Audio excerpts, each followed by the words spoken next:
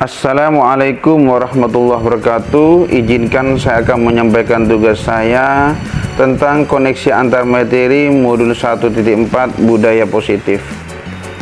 Kesimpulan mengenai peran saya selaku JGP dalam menciptakan budaya positif di sekolah. Skema terwujudnya budaya positif ini lahir dari konsep pemikiran KHD. Dari pemikiran ini akan ada nilai yang melekat pada setiap guru yang diwujudkan menjadi tindakan-tindakan yang disebut dengan peran guru. Kemudian guru yang hebat akan selalu membangun visinya ke depan, mensketsa murid yang akan datang. Dari inilah budaya-budaya positif akan tercipta di sekolah. Oleh karenanya penting memahami konsep pemikiran KHD bagi semua guru hingga mentalitas guru terwujud. Kemudian nilai guru penggerak harus melekat pada setiap guru dengan aksi nyata melalui peran guru. Kemudian pentingnya visi guru sebagai perwujudan sketsa pendidikan di masa yang akan datang. Jika ketiga terwujud ini, maka akan terlahir budaya positif di sekolah. Sederhananya, peran saya yang saat ini bisa saya lakukan adalah berkoordinasi dengan kepala sekolah mengenai skema yang saya dapatkan untuk dapat diseminasikan di semua guru, mencoba melakukan nilai-nilai budaya positif di kelas maupun di luar kelas, membangun konstruksi pemikiran dengan guru lain mengenai konsep yang dimiliki, serta merefleksikan nilai budaya positif secara berkesinambungan. Sebuah refleksi dari modul 1.4 ini, sejauh mana pemahaman Anda tentang konsep-konsep inti yang telah Anda pelajari di modul ini, yaitu teori kontrol, disiplin positif, teori motivasi, hukuman dan penghargaan, posisi kontrol guru, kebutuhan dasar manusia, keyakinan kelas, dan segitiga restitusi. Adakah hal-hal yang menarik untuk Anda dan di luar dugaan? Disiplin positif merupakan pendekatan mendidik anak untuk membentuk kontrol diri dan pembentukan kepercayaan diri sehingga bisa berperilaku dengan mengacu pada nilai-nilai kebajikan universal dan memiliki motivasi intrinsik bukan ekstrinsik. Teori kontrol menurut William Glasser tahun 1984 mengemukakan bahwa Anda tidak bisa mengontrol orang lain, hanya Anda yang bisa mengontrol Anda. Semua perilaku memiliki tujuan, model berpikir dan teori ini adalah menang-menang.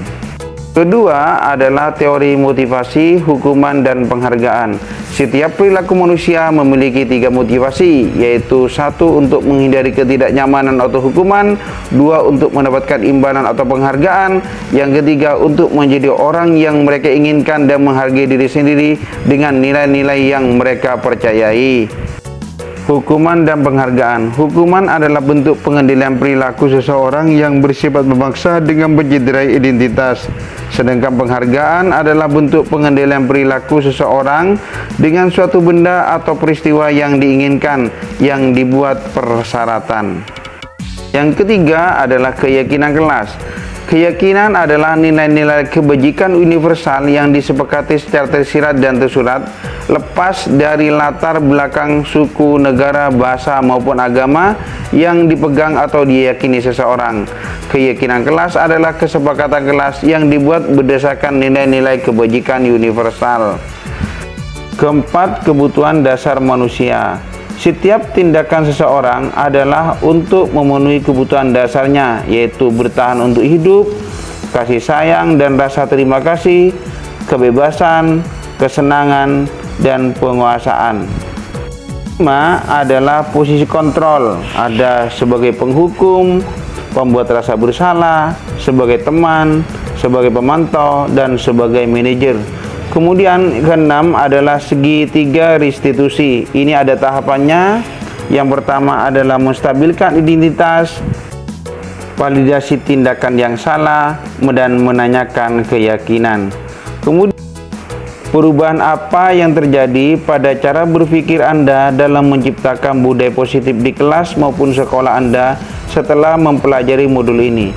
Satu, setelah mempelajari modul ini, pemikiran KHD menggiring pola pikir saya pada sebuah konsep mentalitas yang melekat pada guru yang memandang perubahan paradigma dari teori stimulus respon menjadi paradigma teori pilihan dengan mengenali murid yang didasari 5 kebutuhan dasar manusia.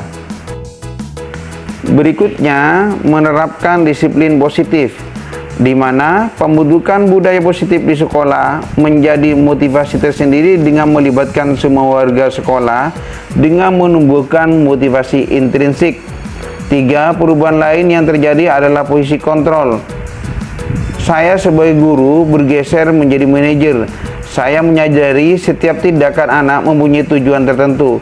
Kita harus menumbuhkan motivasi intrinsik untuk bertanggung jawab melalui tahapan segitiga restitusi.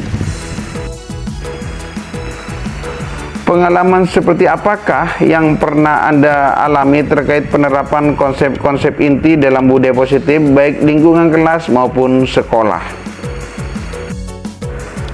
Dalam pembelajaran, saya pernah mewujudkan kesepakatan kelas pada mata pelajaran Bahasa Indonesia, yaitu pengelolaan penilaian berupa tugas.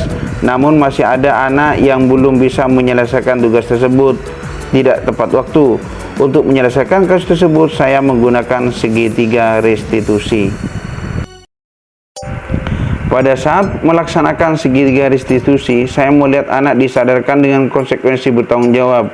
Ia dengan semangat mau menyelesaikan tugas dengan tambahan perpanjangan waktu. Mereka senang dengan tambahan waktu yang saya berikan. Akhirnya anak-anak mampu menyelesaikan tugas yang saya berikan. Bagaimana perasaan Anda ketika mengalami hal tersebut? Ketika saya melihat respon siswa dapat menerapkan budaya positif, saya sangat senang karena anak-anak dapat merespon positif. Dengan cara positif ini, saya meyakini akan bentuk budaya positif menuju karakter profil pelajar Pancasila. Menurut Anda, terkait pengalaman dalam penerapan konsep-konsep tersebut, hal apa sajakah yang baik? Adakah yang perlu diperbaiki?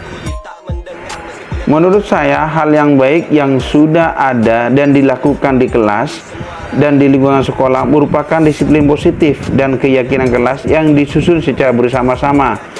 Dan di lingkungan sekolah, itu hanya disepakati oleh semua guru dan TO. Adapun yang perlu diperbaiki adalah posisi kontrol, yaitu yang selama ini cenderung sebagai pembuat merasa bersalah dan juga sebagai teman, harus bergeser menjadi pemantau atau sebagai manajer.